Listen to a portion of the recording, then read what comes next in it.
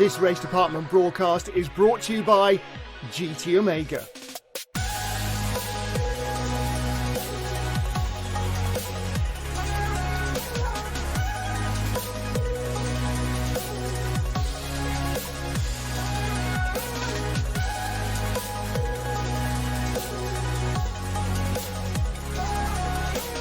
GT Omega, race your way.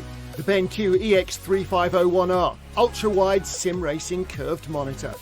ProSimu, professional motion simulators. And Curbstone, probably the best track and test day organizer in the world, as well as our other selected partners. Hello and welcome to the final round of the SRO Esport GT Series AM Championship. Race coverage is brought to you by RaceDepartment.com in association with GT Omega. Now, I am joined for the last time by two of the world's best commentators.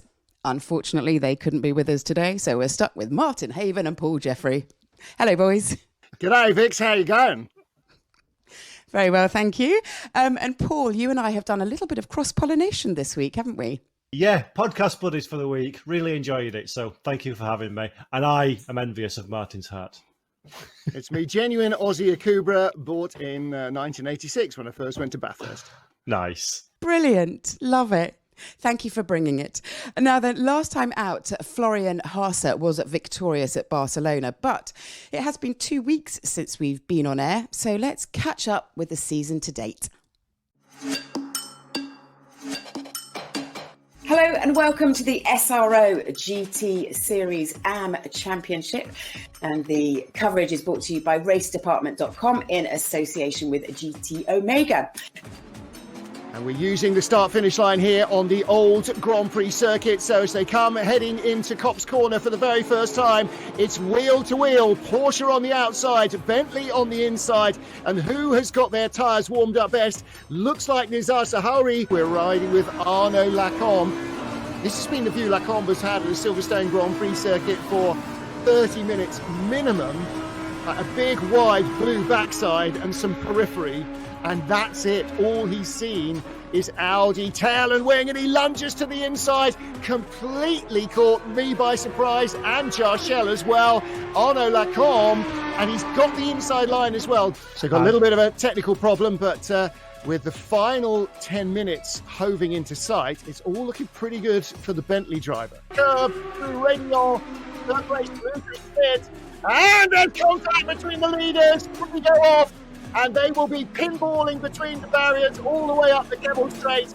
And this will be a 38-car pile-up because only two got through. And even they may not have got through unscathed. Because this is now for the lead. Scorpati has come back from 1.6 seconds back at the end of last lap to be within touching distance of the race leader. Obviously, it was a Porsche benefit last time round, but this is uncharted territory this season for these two cars, and they'll be very keen, knowing... Oh! And that is Roberto Scorpati pushing as hard as he dares. Now, the good news for him is that Samir Ibrahimi was 28.5 seconds back, and that was not Samir Ibrahimi going by for second place. As he runs down the hill, the victor here in Spa-Francorchamps.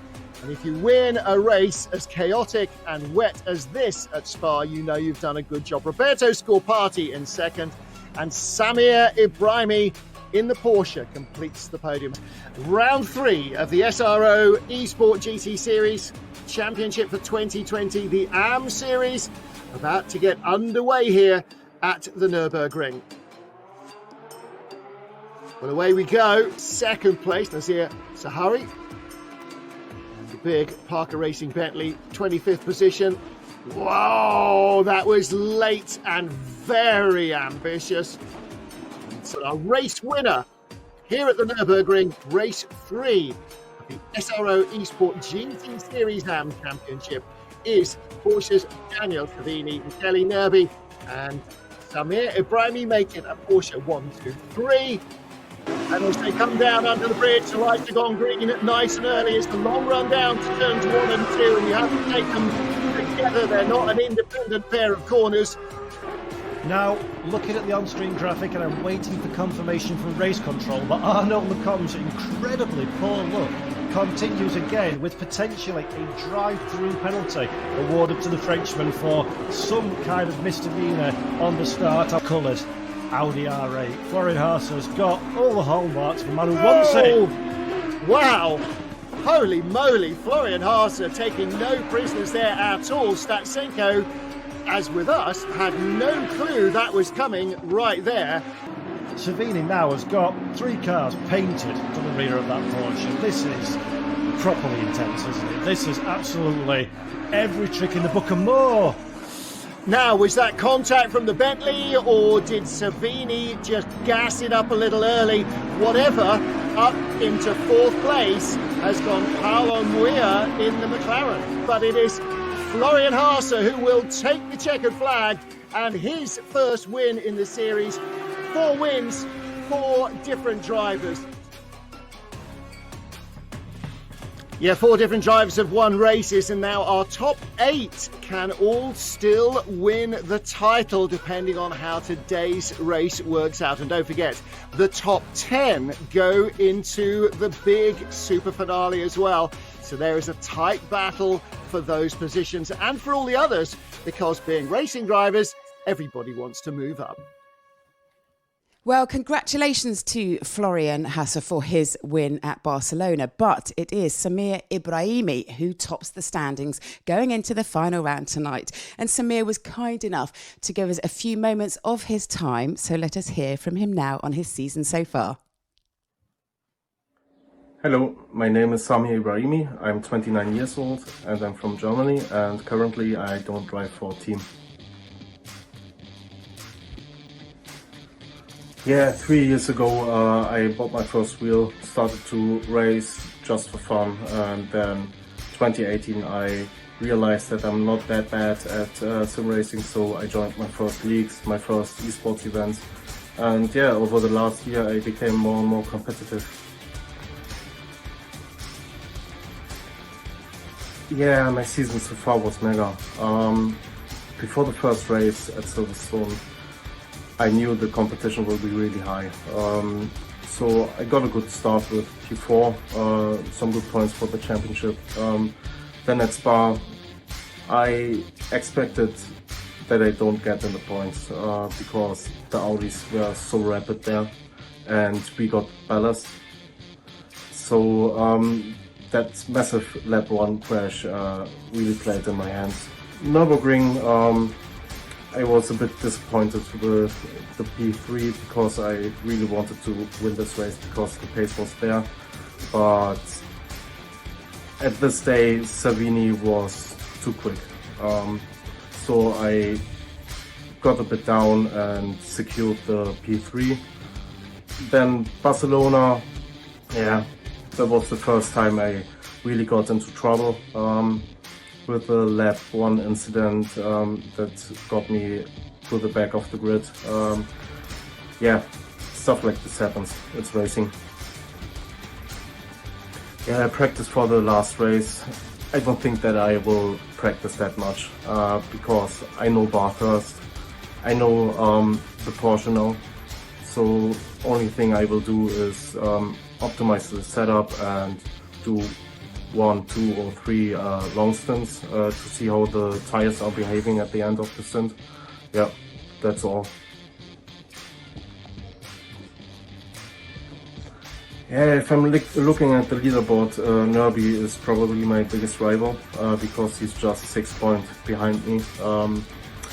But yeah, I think Nisa Zarari is in contention as well because the Bentley is pretty quick at Bathurst, don't have ballast. I think he will be pretty good there. And yeah, but Savini as well, he showed some really good pace the last 2 races. And yeah, I don't think that the Audis with the massive ballast will play a big role. So yeah, I think that's the 3 guys. Well, Samir was aiming for the top 10. He's now found himself at the top. Paul, what do you make of his performance? Samir and ABRUZZI has been fabulous all season. Really consistent. He's shown the racecraft, I think, of a champion. He's not always been the fastest driver on circuit. He spoke about that actually in a feature we've done at Race Department about racing idols. He said he's not the ultimate quickest driver out there, but he's churned out the result time after time. And that's what wins your championships at the end of the day. Fantastic performance. Now, he says that he's not going to practice much for Bathurst. Now, are they wise words or foolish ones? Martin, what do you think?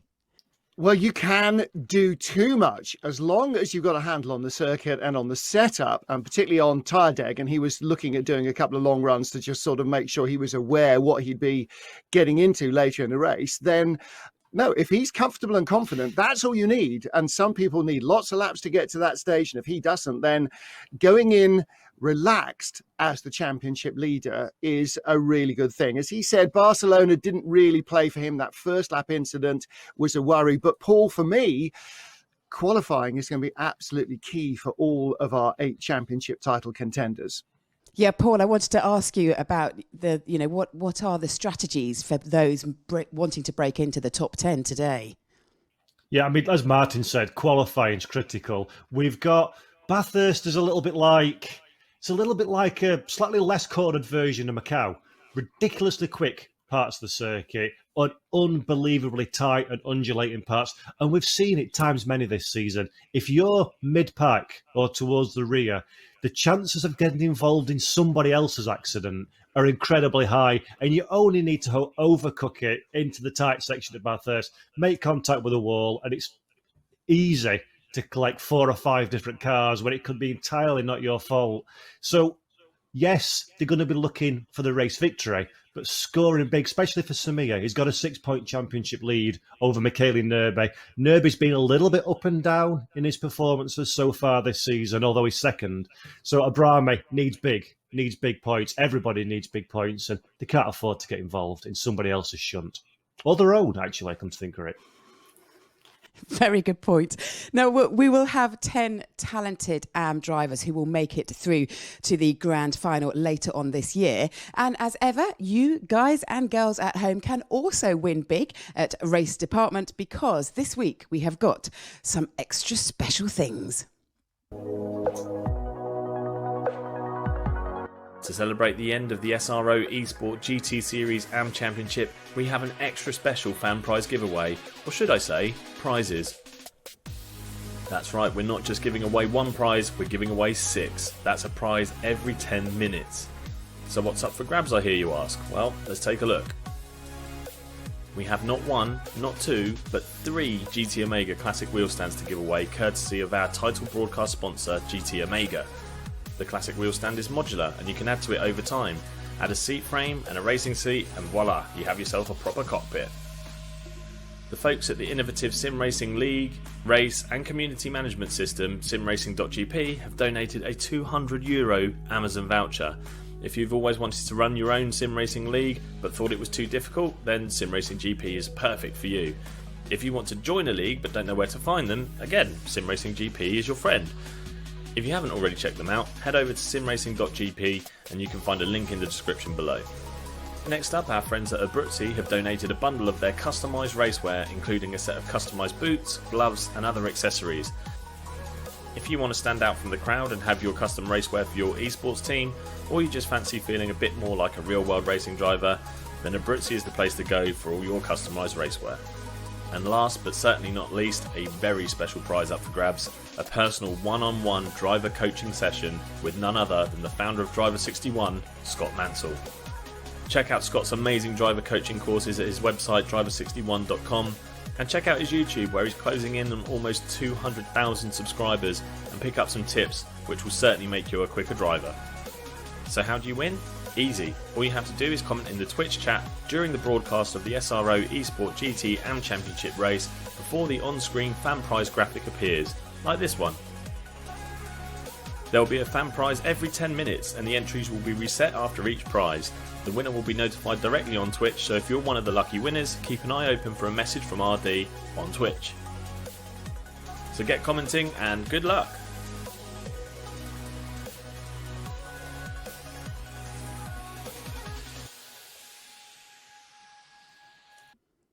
A prize every 10 minutes. This is going to be crazy.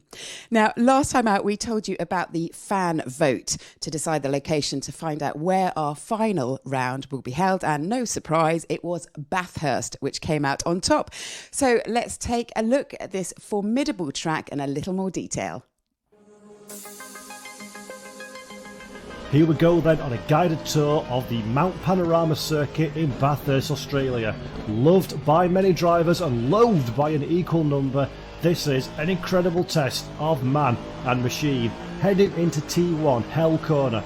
Very cautious here to make sure we get enough inside curb, straighten the car up on the power, a little bit cautious coming out of T1 there. This is an incredibly important straight, the mountain straight where we're hitting up to 245 kilometers an hour. At this point the driver has a moment to settle down, relax and contemplate the 22 corners still to go as we go into Quarry Bend. Drop it into third gear, watch out for the bumps in the middle of the corner, run wide, use all of the width of the circuit as we accelerate up into the cut-in. Look to get as close to the inside wall as possible, straighten the car up to brake in a straight line, just controlling the opposite lock a little bit there, get close to the inside wall, and again this is a flat out corner, cautious of the bumps, cautious of the wall inviting you on the left hand side. Very difficult part of the track if your car is not set up absolutely perfectly. Here we're breathing off the throttle just slightly to get the car under control, mindful not to make contact with the outside wall. Don't grab too much inside curb here, it will push you wide and off the racetrack and into a blind right-hander. Down one gear, catch the curb, down another gear, as close to the wall on both sides as you can possibly get, being sure not to catch the car and make yourself into a spinning situation. Again, a little bit of a lift off the throttle just for confidence, down into first gear, tie on the power as quickly as possible as you're running down Conrod Straight. A very difficult straight, this bumpy, cambered in the middle, keep to the right hand side, which is the smoothest line you could possibly get for the car as we're heading down into the chase. This is a moment where you can rest, relax a slight degree, try and get your bearings again as we go wide onto the extra bit of tarmac, flat out corner, swoop it in as little movement to the steering wheel as possible, cautious on the brakes, don't grab that inside curb, too bumpy, straighten the car up a little bit more than we've done on this lap to try and get the best run possible into Murray's, the final corner, and a great overtaking opportunity at this track. Spot your braking zone, down into second gear, early enough turn in, we were a little bit oversteer around corner exit there, we could have used the full width of the racetrack, but that is a lap of the Mount Panorama circuit in Bathurst, Australia.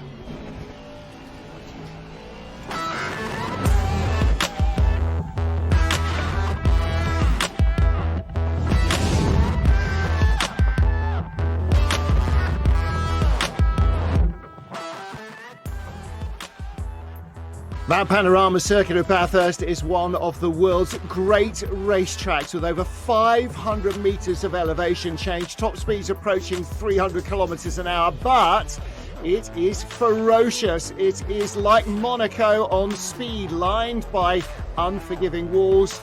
Get it wrong and you will know all about it. Up through the top of the mountain, you have to be millimetre perfect or you will trigger a huge wreck that will take you out and anybody following. And don't forget, this is all public road. Look at all the houses and farmsteads around.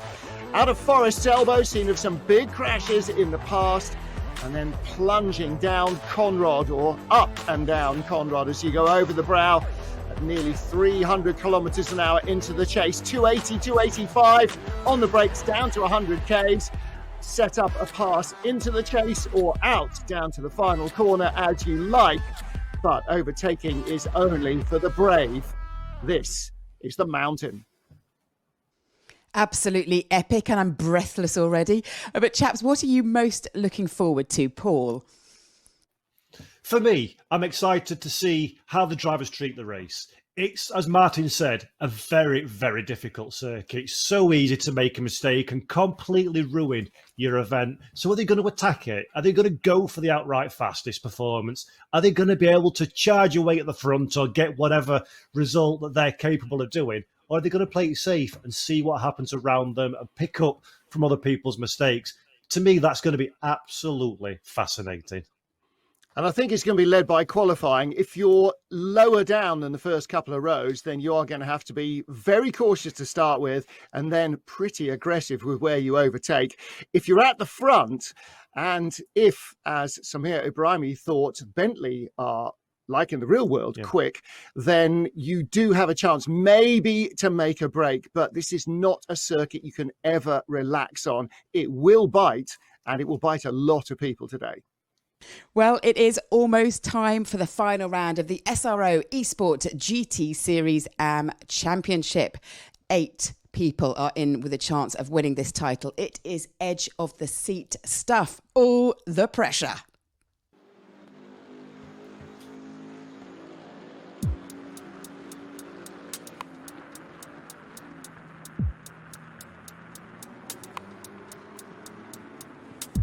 This is the last round, the last chance to make a difference, the last chance to impress. 8 drivers are still in the chase. 7 will leave wanting more, with 7 different tales of what if. What if you had trained harder? What if you had put in more hours? What if you had sacrificed more? I've got some light damage in the front of the car. But none of that matters now. There's no more second guessing, no hiding, no playing safe. It's time to show your hand. The field is close, the fighting is fierce, and the margin for error is tiny. But the cruel void between success and failure could not be greater. Car on the right. Our drivers, amateur in name only, but the pressure of competition doesn't discriminate, and confidence is a precious commodity. Clear your mind, focus, relax, enjoy yourself, be in the moment. Well, it's all just words. And when all is said and done, there's only triumph or defeat.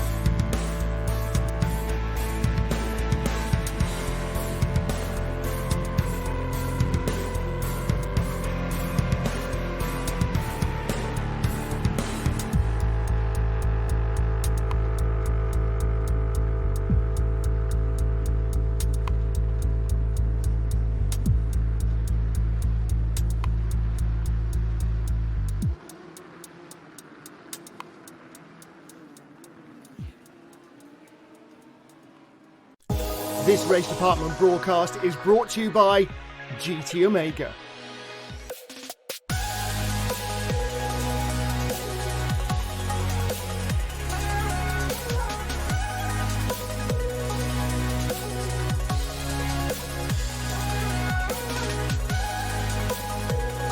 GT Omega, race your way.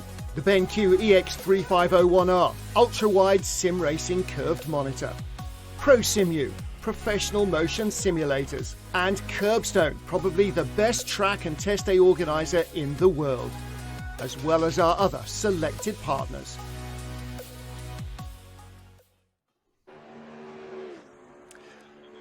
So welcome everybody to our coverage of the 5th and final round of the SRO Esport GT Series AM Championship. Martin Haven and Paul Jeffrey as ever with you. They couldn't get the good guys in, but we are delighted to be here watching the action from Mount Panorama. Paul, really such a rewarding and equally frustrating racetrack for our drivers. Yeah, an incredible venue. It's absolutely no surprises, Martin, whatsoever that Mount Panorama came out on top of the fan vote. We had a significant number of voters, so thank you everybody that put your time in to make your choice. And I couldn't be more excited about being at this track. I love Bathurst from a racing point of view, and yeah, anything's going to happen, I think, here. Well, looking back at the final minutes of qualifying, and a lot of our front runners in the championship are featuring very strongly. There you see the Porsche number 8, Daniel Savini. He lies 4th in the standings. 15 points off leader Samir Ibrahimi, but with the fastest lap at the moment. And look at Paulo Muia as well in the McLaren. We've had 4 races, Paul. 4 different drivers have won. There's been 2 wins for Audi, 1 for Bentley, 1 for Porsche. Could McLaren win here on the mountain? That would be a big story. I would absolutely love to see that, Martin. Paulo Muia he's the sole McLaren entry in the 720S. He's had a very consistent season, stayed out of trouble, but never quite challenged at the sharp end. So to see that car in the mix, no ballast, of course, would be a beautiful way for Paulo to end this season, and a well-deserving one as well. As a great driver. Yeah, his best result so far, he's had a couple in the top 10. And he was, where was he? Fourth place last time out in Barcelona. And there he is. Slightly different matte black and red livery to the car. Manuel Realaga, 3rd fastest for Bentley, but look for another Bentley there. Next one is Raik Strelo down in 14th position. Now, Bentley in the real world have tasted plenty of success in endurance racing on this track. Maybe not so much in outright qualifying pace. And Jarno Savalainen. Now, that's interesting as well, because he's been up and down like the Assyrian Empire. He has had no luck other than bad luck. Jonas Savalainen, rather. He's just had 2-point scores all season. So if he can end up on a high, he will be a very happy man. And don't forget, it's not just about the top 8 drivers who can win the title. The top 10 also qualify to go through to the season's grand finale. And for Jonas, he's in 14th place, 4 points out of a top 10 finish to the season. So that's a big carrot hanging in front of him. Yeah, I think that's the one thing that everybody at home needs to remember. There's a championship battle between 8 drivers, of course there is. That's obviously going to get the peak interest from the viewers, but the top 10 is just as important for everybody here, and because of how it's worked, quite literally anybody could still get that top 10. So there's a lot at play in this race, Martin, not just the outright race result. You're absolutely right. 10th position at the moment, Paulo Muia has 16 points. So a finish on the podium, 3rd place isn't enough to guarantee you're in, but 2nd or 1st may well put you in to that top 10, even if you haven't scored a single point. And the interest there maybe is from Savalainen, maybe from Torato as well, who's just popped up there in the Porsche. Porsche carrying... who's carrying it's Audi, isn't it? Who's carrying all the weight? Yeah, they carried all the weight here. Nobody else has got any extra ballast. Michele Nerbi, well, he is lying 2nd in the standing, just 6 points behind Samir Ibrahimi. And at the moment, Ibrahimi just struggling a little for pace towards the end of qualifying, down in 7th. Yeah, Samir Ibrahim has been one of those drivers. We heard from him in the pre-show broadcast. He's done a fantastic job of staying out of trouble, scoring points when he can score points, but he's not shown at this point the outright pace of the Danny Savinis or Michele Nerbis in this championship. So it's an uphill battle for Ibrahim, but he's in the top position. He's got the 6-point championship advantage. He can afford to drop back a little bit, but not too far, Martin. Otherwise, he's going to very quickly throw this championship away. It's his to lose at the moment. Yeah, definitely not too far behind. Savini fastest from Nerbi, and Savalainen joins them. It's a Porsche 1, 2, 3 at the moment. Paulo Muia down to 4th. And then Alex Torato in 5th position. Manuel Realago in 6th position ahead of Samir Ibrahimi. And look at 9th position, Paul. What's that? I see a raging bull in 9th position. That's Jonathan Boivin, the Canadian, in a Lamborghini. Surely that's the best Lamborghini qualifying run we've seen all season. By a long way. Lamborghini have been nowhere near the top 10 points paying positions all season. So to see Boivin in 9th place, only half a second away from pole position as well, and on a track that's nearly 2 minutes long. That's an incredible performance, and another element that's going to mix it up, because of course, Martin, top two Lamborghini drivers get the opportunity. Danny Savini losing control there. Well, only a few seconds left on the clock. Was he on a quicker lap? It doesn't matter now, because he's not going to complete it. Michele Nerbi. Wow. Now, has somebody left fluid? No, that's That's very bizarre. Savini and Nerby there. Maybe Nerby just lost his rhythm going by them. So does that leave the door open for Jonas Savalainen? Look also for the Audis. Arnaud Lacombe, best Audi, 13th. The only other Audi in the top 20 is Mikhail Statsenko, 20th place. Statsenko's 5th in the points. So he needs a good race, but it's not going to be a good one from there. No, this is critical for the Audi drivers. Everything stacked against them, Martin, as qualifying comes to a close and Danny Savini on pole position. Yeah, Michele Nerby on the outside front row, then Paolo Muia ahead of Samir Ibrahimi, who got a great run through his car fastest in the first sector of the lap. Turato Savalainen, Realago and Fornam, Boivin in the Lamborghini and Giglioli in his Porsche. So Porsches are racked up nicely there at the top of the pile. And late lap from Steve Strelo puts him in 11th in the second of the Bentleys. The Aston Martin in 13th position, the sole Aston, as we pointed out a number of times through the season. And then the best of the Lamborghinis in, 9th place, 19th place, and 23rd position for Luca Burke, the Race Department Barwell Lamborghini. Yeah, very tight qualifying. So 1 second just over covering the top 16 runners, 17 runners even, on a track of this size. But we saw, Martin, in the dying moments of qualification where Nerby and Savini both went off.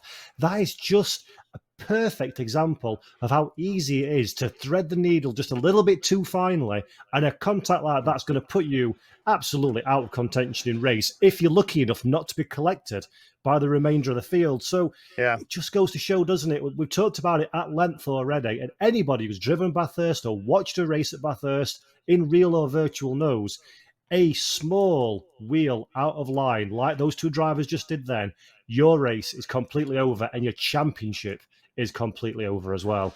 Look at those purple sectors. Fastest first sector, Samir Ibrahimi. Fastest second sector, Michele Nerby. Fastest third sector, Paolo Muia. All at the top of the leaderboard, but not right at the top, because a fraction slower in each of those, but better than all of them together, Daniel Savini.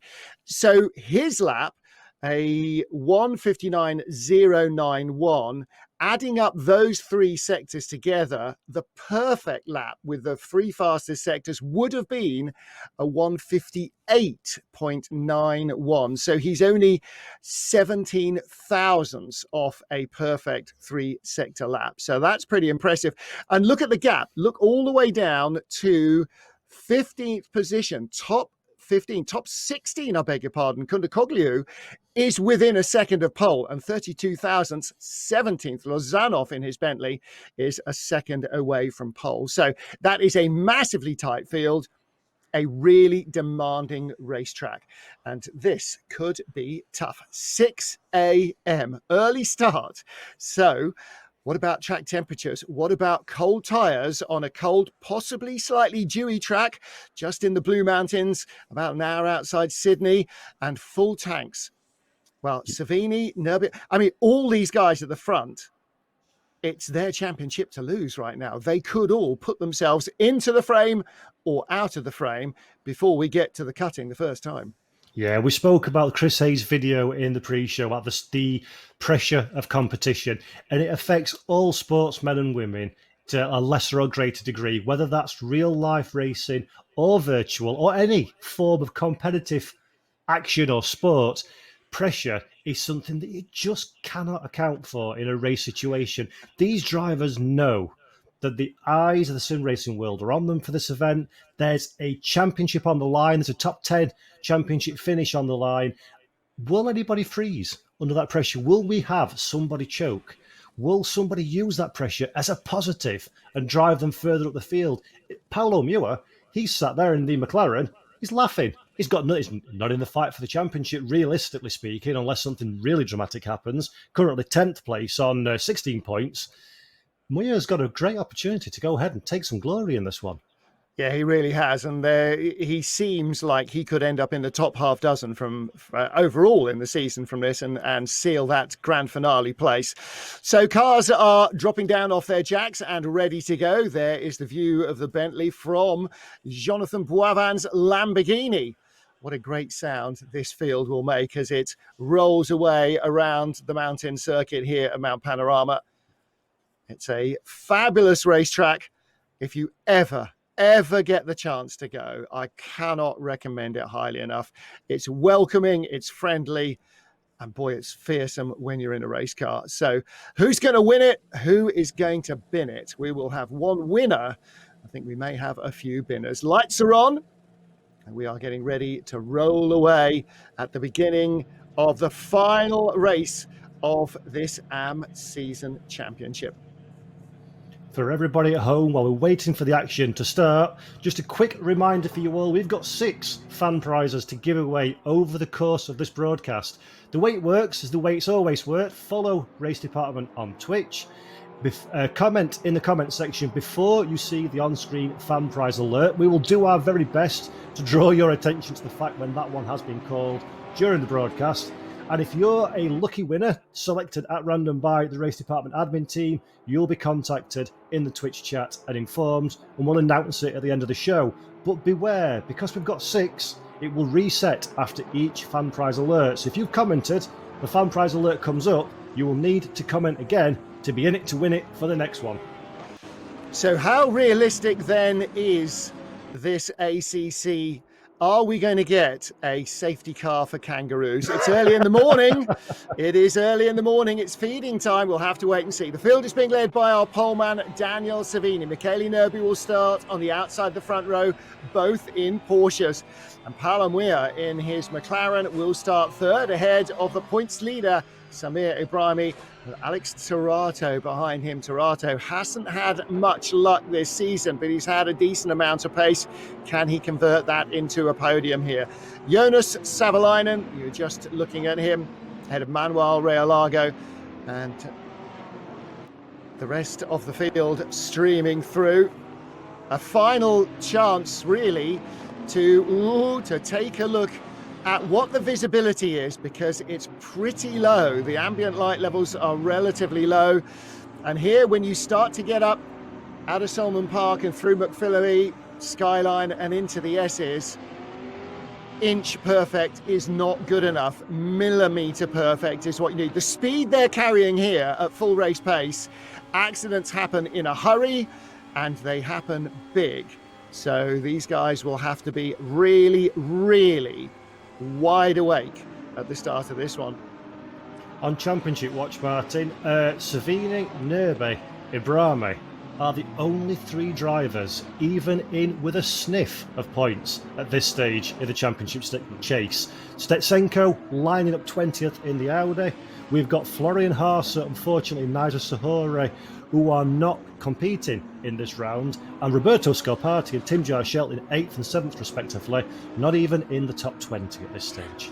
Yeah, now that's a real problem for them in qualifying, and as you say, no Florian Haase, no Nazir Sahuri, so that's 2 of our 4 winners of the season so far are not here. Track temperature, it's a not very accommodating 11 degrees Celsius. That is cold, so you had better make sure that on this formation lap you are warming your tyres, otherwise you could be in a lot of trouble as you get to Hell Corner. You know, a nice flat spotted lock up there on the very first corner away from the start.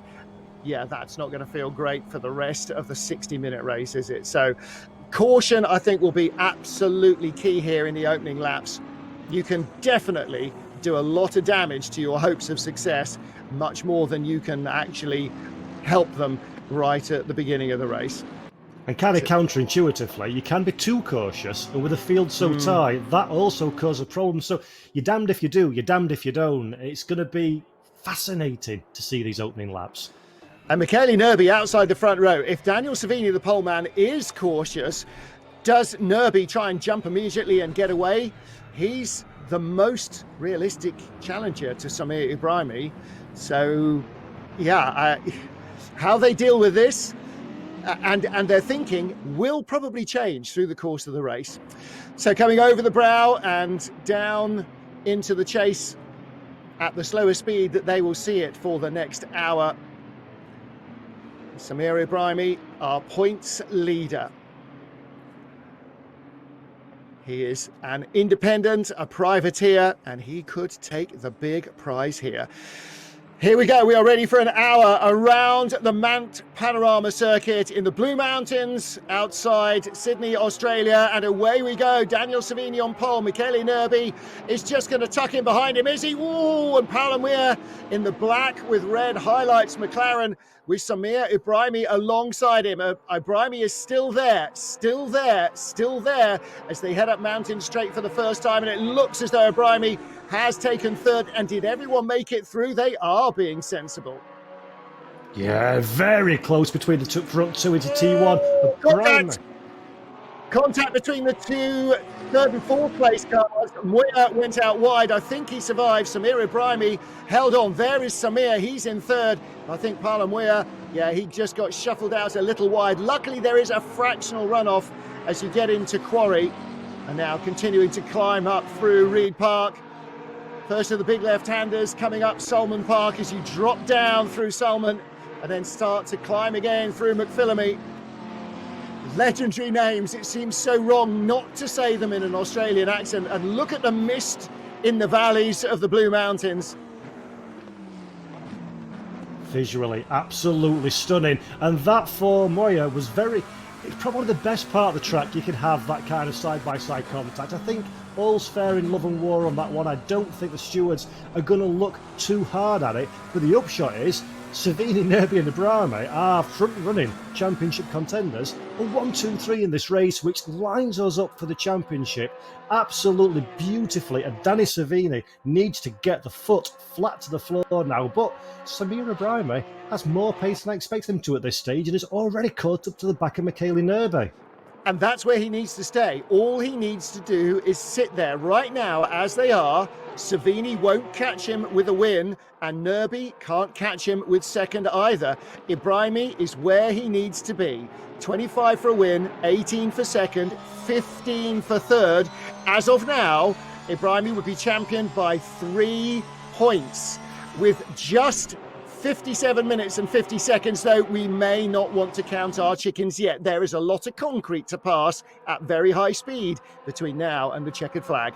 Yeah, so we've already seen it in qualifying that one small lapse in concentration, you're heading straight to the scene of the accident. So Ibrahimi, it's very famous in the racing world that you don't push 100%. It's almost as dangerous as going above the limit. If you try and drive steadily, then your concentration slips, you make mistakes that you wouldn't normally make. So there's a heck of a lot of racing ahead of us yet. As we're looking at Steve Strelo now, moved up to 9th position in the Bentley, which I believe is the second of the 2 Bentleys in the top 10 at the moment. Cesare Penco chasing him down, and that's a driver that we've seen plenty of drama off so far this season. So Strelo having an eye through the windshield, but also on the rear view mirror, I fear, at this stage in the race. Well, Strelo's had a good start because he was 14th on the grid, so he has managed to squeeze that enormous Bentley through some tiny gaps, hasn't he? Over Skyline and down through the S's, and this is just brutal on the drivers. Through the dipper, even a road car at very slow speed, you feel the front wheels drop away from you there. There you go. There's a great view from on board. It is, your stomach is in your throat all the way through here. And the walls are very, very solid. Even now at Forest Elbow, where a few cars have gone off at huge speed into the trees, that's all protected. Conrod straight, because, of course, that's where the engine throws a conrod if it's really overstressed. And 275 kilometres an hour they're doing just on into that right-handed flick into the chase and then hard on the brakes. Challenge here. This is Jonas Savalainen trying to go the long way round Manuel Rayo Largo, and that is a long way. It should say long vehicle on the back of the Bentley, and he loses out. Here we go. This is Boivin, the Canadian, in the Lamborghini. Jonathan Boivin trying to go brave around the outside into Hell Corner. Not quite enough room. Yeah, well, I absolutely did a nosebleed from being this high up on the grid at the moment, but he's made the critical mistake in tight fields that a driver can do. He's done a half-hearted manoeuvre. It's never going to work around the outside of Hell Corner, and that has cost him not one but one position, from Steve Strelo currently in 9th, Lavin dropping to 10th place now. So you've got to be careful on this track. Overtaking is incredibly difficult, but half measures are only going to end in backwards movement. As we ride on board now on the curbstone on-board camera in Boisvan's Lamborghini. Beautiful sound, this one, Martin, on a fantastic venue. It is, isn't it? And look at the view. Look at how much road you cannot see. And this is just about driver's eye line. The drivers will sit down as low as they can, basically looking over the dashboard. So the walls hem you in, the cars in front make it difficult to judge the distances. And running out wide is Cesare Penco. Boisvan doesn't have a chance to make a move here. You've just got to get the line right and stay in contention through the S's, down through the dipper, and then sweep out of Forrest's elbow with a bit of a run, hopefully on your rival along Conrod. And actually, although the chase has broken up Conrod and the run down to the final corner at Murray's, it has produced a genuine bona fide overtaking opportunity. If you get in the slipstream, and you can see that Boisvan is behind Cesare Penco's black and red Porsche. Here he goes. He's just pulling out of the toe. Lunges. He's going to stay there. He's got to stay there. He's got to be brave. And Penco runs out wide. He's not going to get slowed down. Boisvan needs to be aware. Penco runs out over wide. Was never going to be able to stop for the corner on the grass at 170 plus. Wow, that's a proper code brown. And now his teammate is trying to find a way by as well. So that is Tarato. Alex Tarato in 91. Couldn't get through there, but the Lamborghini moves back up. Jonathan Boisvan in 9th position. Yeah, incredibly stressful moment there for Cesare Penco. In reality, did quite well to avoid a monster shunt. But in championship watch, this man we're looking at now, Jonas Savalainen, if he finished where he was, he would just sneak into 10th position in the championship standings. But unfortunately for Savalainen, he's carried a 15-second post-race penalty. That means Savalainen will have 15 seconds added to his race finish time. So an important move there for the top 10 as we're looking at a race start replay. Yeah, let's take a look. It's dark but dry. It looks like it's wet because the headlights are reflecting or showing so strongly, and well, it all sort of got a little bit bunched up, but it was all relatively clean. I've seen a lot worse in Hell Corner first time round. We've seen cars finish their race in the sand on the exit of the very first turn. Back with our battle for 6th position in the chrome blue Bentley, Manuel Reolago, and the Portuguese just ahead of Jonas Savalainen. A little further up, this is our lead trio. Daniel Michele Svini, Nerby's taken the lead, Nerby. I think, Martin. Yes, he has. And here we go. Oh, and this is exactly what they don't need to be doing. And it's exactly what Samir Ibrahim is sitting there going, yes, boys, go on. Take each other out. Make my life even easier. And they make contact in the chase. That, with less than 10 minutes, what have we done now? This is lap 4. Are you kidding me? Of a 1-hour race, you're making contact. Just let him go. That's a very scary moment for all drivers there. And Ibrahim is thinking, yes, I'm going to buy into this one and maybe get some advantage. But you can only think what's going through the German's mind when he sees those two cars make contact. Do I go for it? Do I take that space? Or am I going to get wrapped up in somebody else's accident? So very nervous times at this moment in the stage of the race. Looking here at Manuel Reolago, and in front of him, is that Boisvan or is that another Lamborghini? Maybe he's got a lap down. It looks like it's a back marker. It is. So I thought, suddenly I saw that Triple F Racing Lamborghini and I thought, whoa, hang on a minute, that's Boisvan. Our first fan prize has been given away. So start commenting now in the Race Department Twitch race chat and see if you can get yourself in for our next giveaway. We have 3 GT Omega wheel stand classics, ABRUZZI personalised sim racing bundles, and private coaching sessions from Scott Mansell and Driver 61. So all of which will make you feel a lot better about your day, I guarantee. Manuel Reolago, we just saw there under some severe pressure. But look at Samir Ibrahim now. He's really got the bit between the teeth. Danny Savini at the Nürburgring showed tremendous pace, absolutely monstered the field at round 3. And Sabrina Ibrahim, like I've talked about before, is not quite shown that ultimate outright pace. It looks like the German's absolutely on it now. He's thinking the best form of defence here is to get past these guys and run away and let them squabble amongst themselves. I am absolutely sure. I've just been informed, by the way, Martin, from Race Control, Cesare Penco has retired from the race. Has not been Cesare's season at all. I'm not sure that there's a race that he's been in where he hasn't picked up a penalty. So, no, genuinely. So, he's the Giancarlo Fisichella of our AM series for sure. Always attracting the steer as well. As you say, Daniel Savini, with plenty of pace this year, he has had that one win, which was in the Nürburgring. And again, yeah, great pace there. Only been sim racing for about 4 seasons, but he is a multiple champion. Won titles in Lamborghinis and the Ferrari Challenge.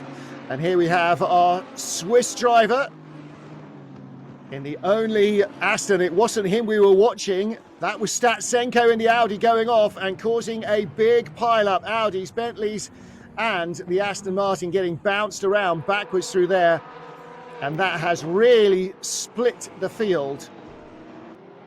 And Daniel's beginning of the broadcast, isn't it? You lose your car in that part of the racetrack. There's nowhere for anyone to go behind you, and it's just pile-up city from that moment on. Yeah, and that will really mean that if you're in the lead group, that's it. You're clean and away. Unless there's a safety car and it slows them back up, then they're not going to catch them.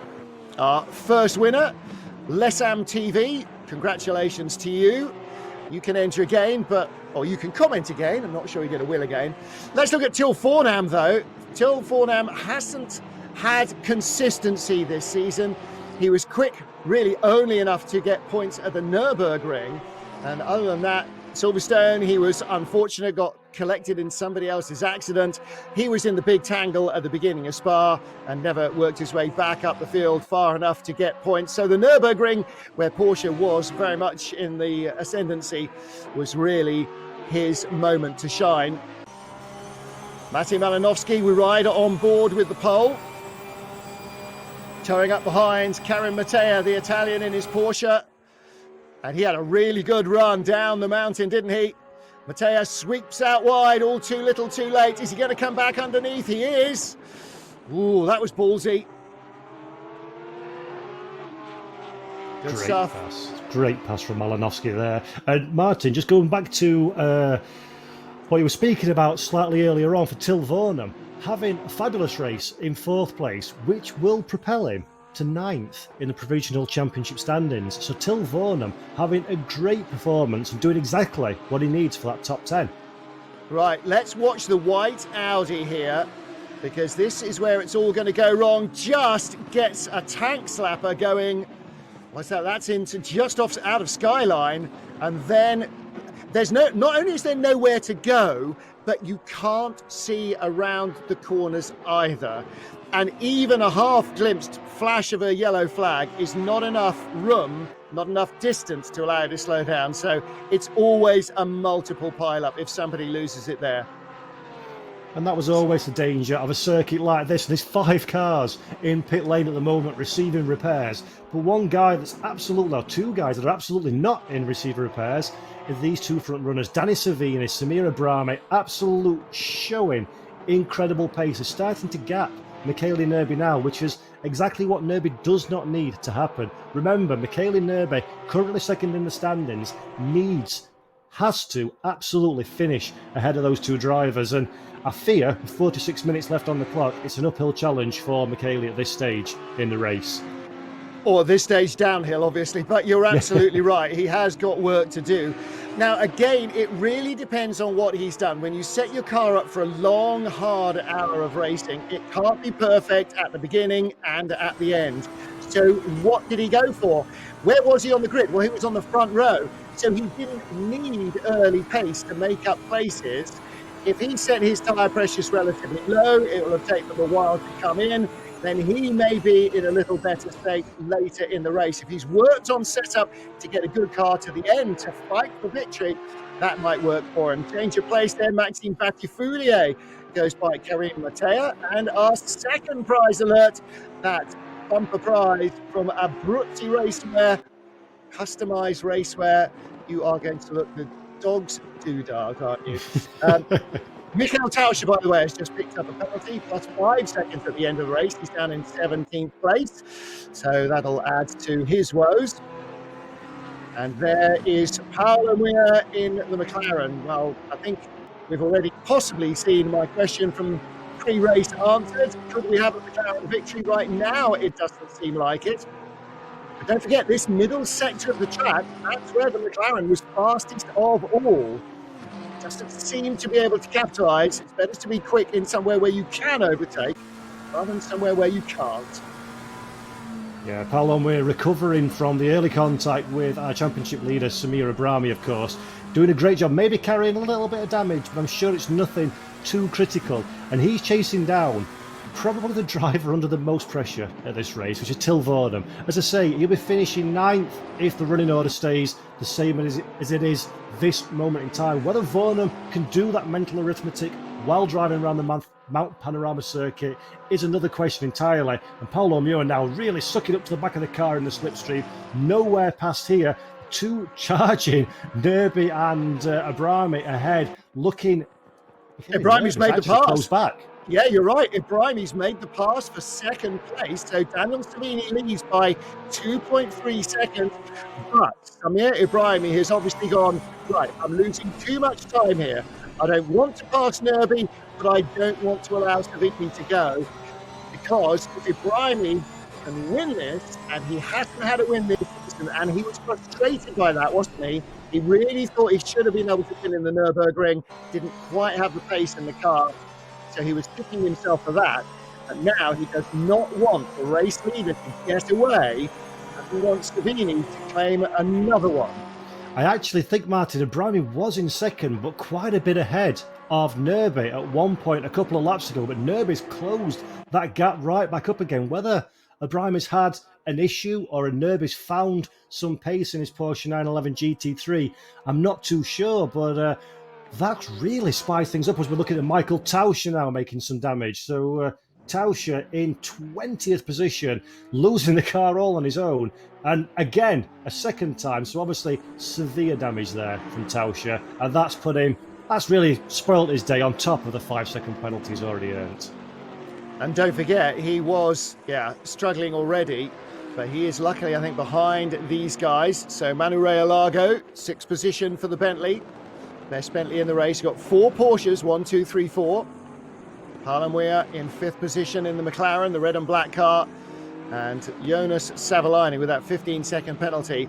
And that penalty might be enough to deny Savolainen a chance to go to the super final.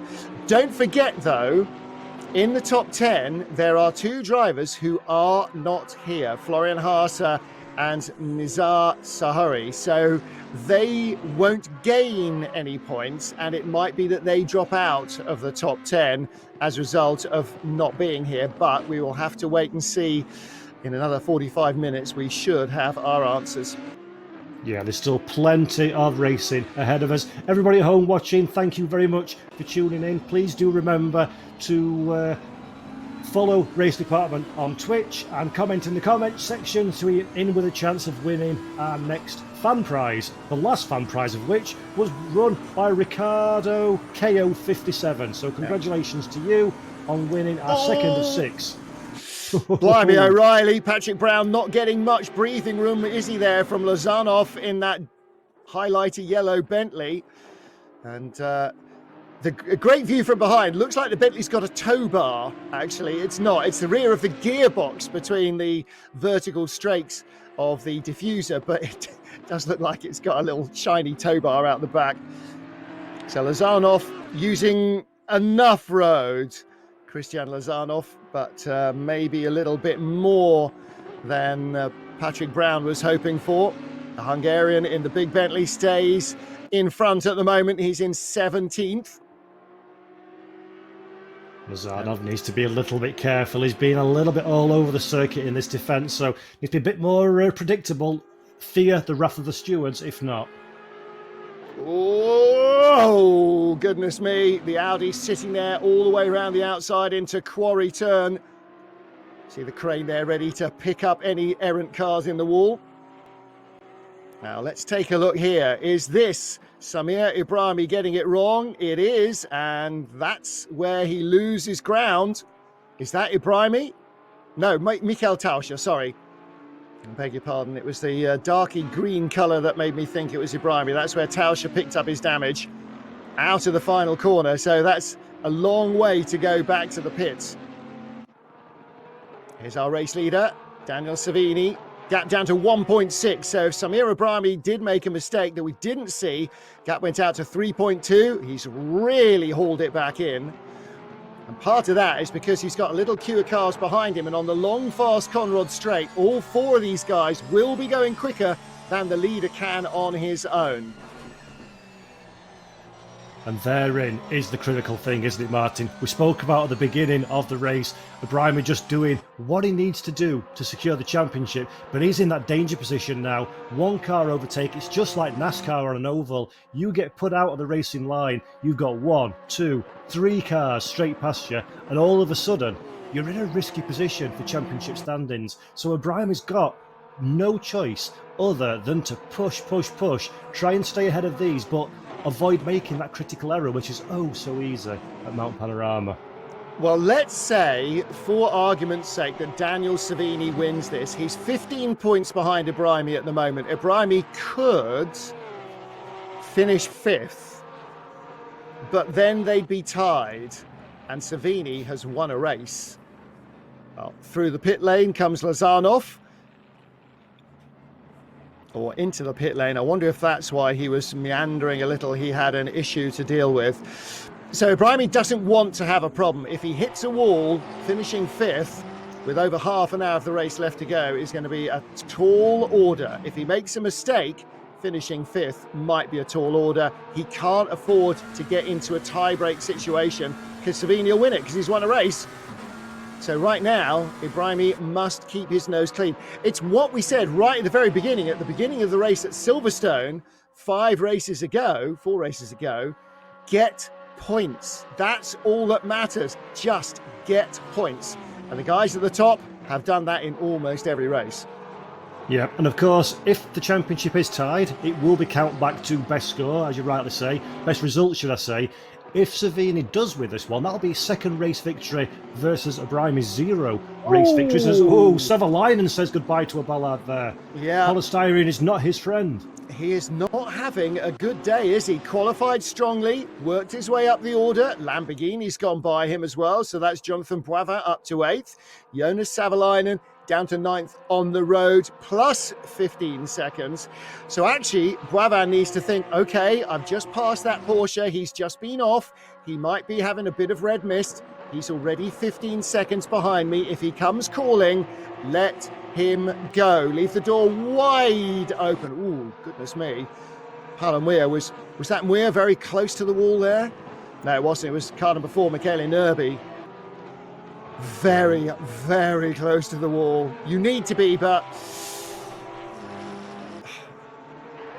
if we simulated it, that would have been a wing mirror missing for Michele Nerby there, for sure. But you can see now he's really starting to look at Samir Ibrahimi ahead of him. And also, interestingly, the 2 big Bentleys, Rail Largo and Strelo, are starting to close in to the 2nd, 3rd, 4th and 5th place fight. So again, the pressure's ramping up even further on Ibrahimi. We nearly see Ibrahimi losing control of the car there. So good catch by the German driver, but Samir Ibrahimi taking things to the absolute extreme. A wheel on the dirt, Martin, and that could have ended in absolute disaster.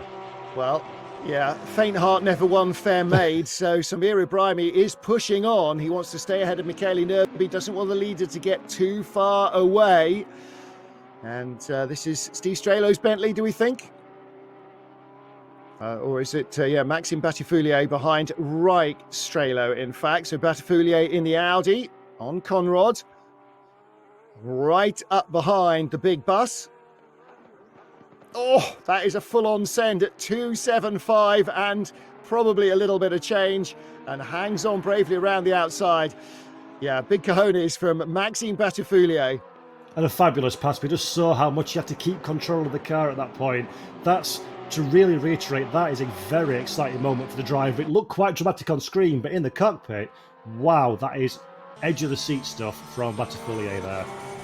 on board with Nerby. He needs second at least, and then to have something happen to Samir Ibrahimi. Don't forget, he's only 6 points behind Ibrahimi. Oh, absolutely. And if they both go in the wall, Daniel Savini is champion. So they cannot both go in the wall.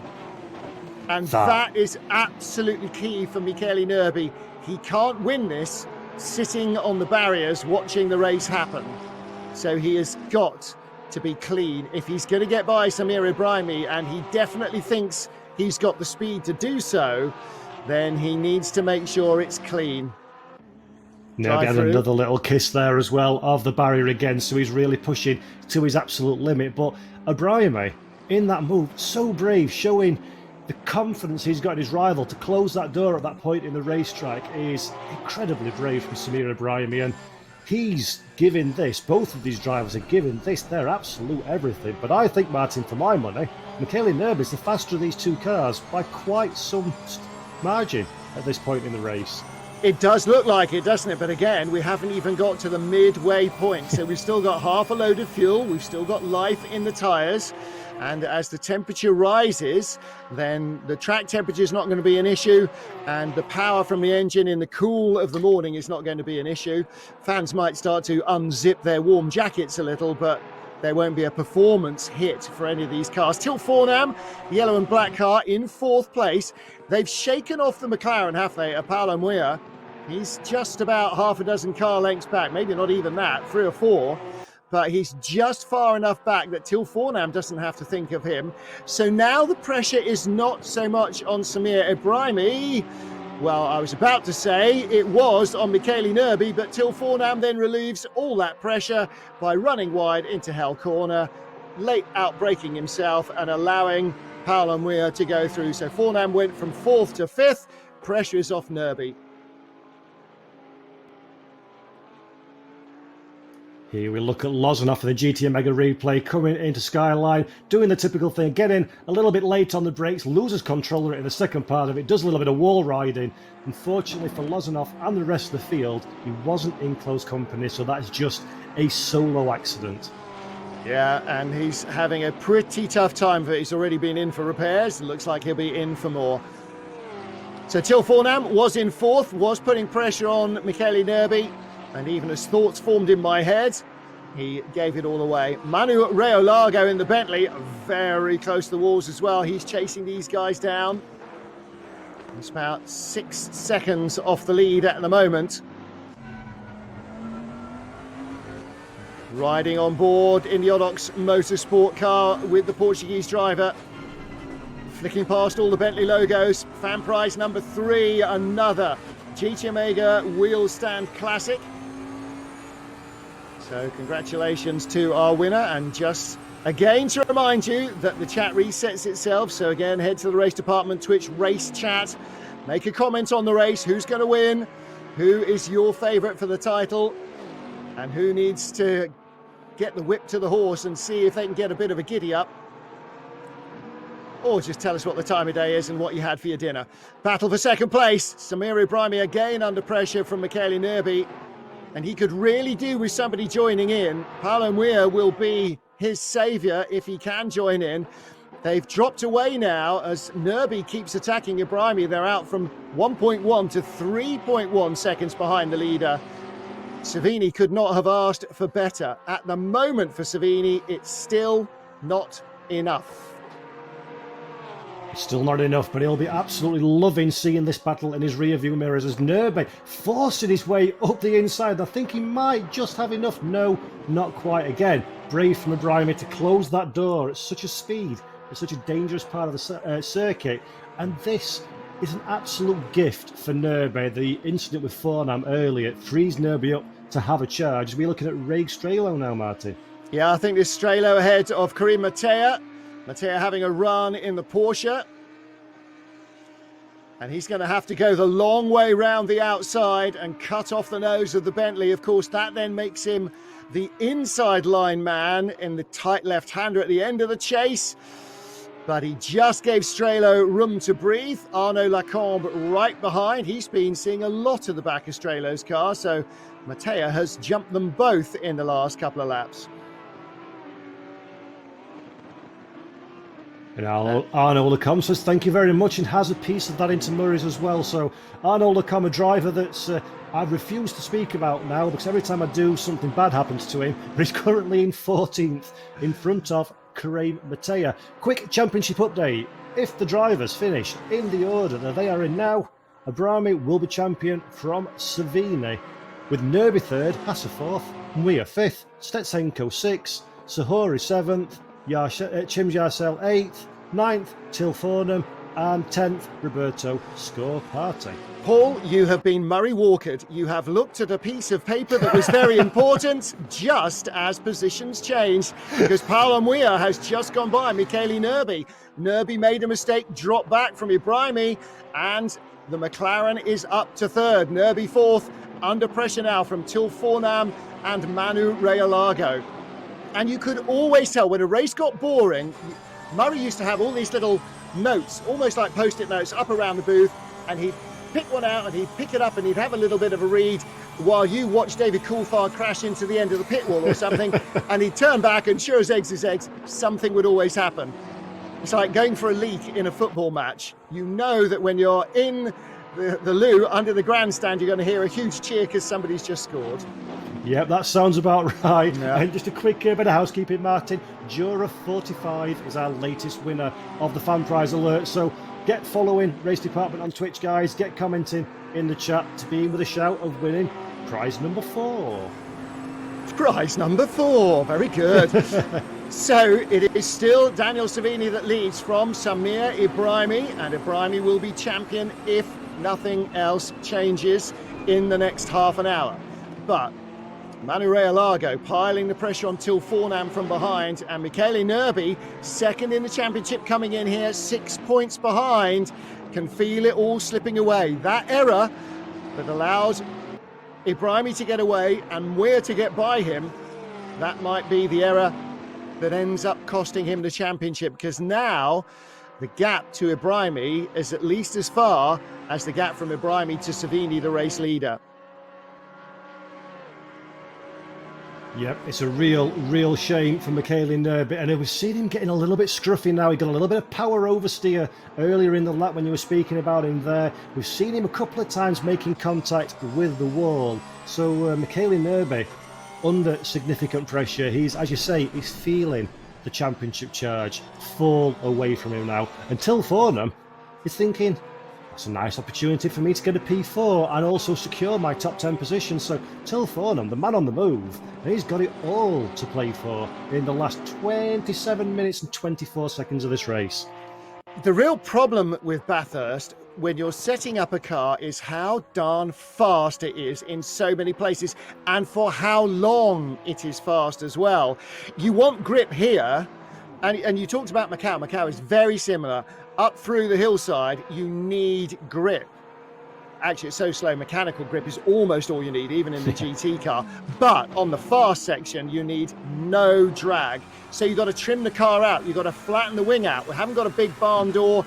You've basically almost got to have no wing whatsoever. Maybe just a little gurney to try and give you some stability through the twisty stuff here. And that's why the cars are sliding. Oh! And that's Nerby again walling the car. Again, in real life, he would not have a mirror and he would have concrete marks all the way down the side of that car. So that's why everything slides around here. It always slides around here because you've got to be quick on Mountain Straight and you've got to be quick on a Conrod. Hellishly quick Conrod. You know, it's 175 into the chase. If you're doing 173, they're coming by you like you've got the handbrake on. So it has to be trimmed out for minimum drag. And that means it's going to be very airy-fairy over the top of the mountain. Yeah, Michele Nerby's made contact with the wall again, so I fear that he's going to be carrying some damage soon as Fornham looking at the inside. Probably not the right place to go. Nerby runs a little bit wide. Fornham later on the brakes of the two drivers, and Till Fornham now P4. Yeah, Nerby gives him room, and Nerby is struggling now, and maybe he has got an issue now. The Bentley comes down. Is he coming in the pit lane? Yes, he is. He has got an issue, and that is it. Michele Nerby, second in the championship coming in, is out of the title race. It is Ibrahimi versus Savini. Second place man versus leader. Michele Nerby or you can't hit the wall on the mountain without the wall hitting back. Newton's second law of motion: for each and every action, there is an equal and opposite reaction. You hit the wall, it hits your car. It's as simple as that. So that's a sad end to Michele Nerby's championship charge. That's a DNF, so he's retired the car. As we say, just as we were saying in comms, he's hit the wall quite a few times now, probably carrying a little bit of damage. He knows the game is up, and he's part of that car, too damaged to continue. But he could still end up on the overall championship podium, and he should still be in the top 10 and going to the grand finale. And what we've seen of our AM racers in this series, in 4.5 races that we've watched so far, these guys are going to put the cat amongst the pigeons with the silver drivers and the pro drivers, because AM by name, but not by nature. These guys could well, the top 10 out of this series could well really rock some of the other guys back on their heels. Yeah, I cannot wait. I know I'm getting ahead of myself. There's still 24 minutes to go, but I cannot wait to see how our AM guys get on there. As the simracing.gp fan prize alert has just been shown on screen, congratulations to all of those who have commented up to this point. Fan prize alert reset, so please do follow us on Race Department follow us on Twitch at Race Department and comment in the comment section for you to be in with a chance of our next one. And that is a €200 bundle, so that's impressive stuff as well. Again, Till Fornam, he can smell a podium here, can't he? He's got the pace to stay with Paolo Muir. But Muir, well, yeah, he's trying to cling on as well. His best result, a 4th place finish. 3rd sounds so much better. I was on the podium at Bathurst. I was 4th at Bathurst. I was on the podium at Bathurst. I was 4th at Bathurst. You know which one you want, don't you? And there's the Lamborghini. Jonathan Boivin now up to 7th. We just got a quick look at him. He's just ahead of this battle. Alex Torato and Giglioli getting a run ahead of Malinowski. In fact, that is Malinowski and Batifoulier, isn't it? So that is behind Giglioli. Alex Torato just ahead of them. Here with Gianfranco Giglioli, the 22-year-old Italian privateer. One of the younger drivers in the field. 3 wide. Are you kidding me? No. 2 wide is asking for trouble. Well, they make it through, but that was Malinowski just about surviving there, and Batifoulier moves ahead of him into 10th place now. So Maxime Batifoulier, there he is, the 94 Audi in the middle of this group. He's the top Audi. Arnaud Lacombe was the top Audi in qualifying, but he's a couple of spots further back. Yeah, that's incredible racing from those 3. How they all managed to get through there in one piece, and how Batifoulier came from being the guy at the back to the guy in the middle of the sandwich. Looks at the inside of Skyline. Please don't do that. That's never worked in the long history of Bathurst. But Maxime Batifoulier is now in 10th position, chasing down Giglioli, and that's some fabulous racing, Martin, between those 3. Absolutely edge of the seat stuff. Bravo to everybody. That was beautiful. Well, Batifoulier, my qualifying results are only page 1, so they go down to 24th. He's not on page 1, nor Giglioli qualified 10th. So they've sort of met in the middle, 14 or 15 positions apart. Big winner from qualifying, 24th on the grid.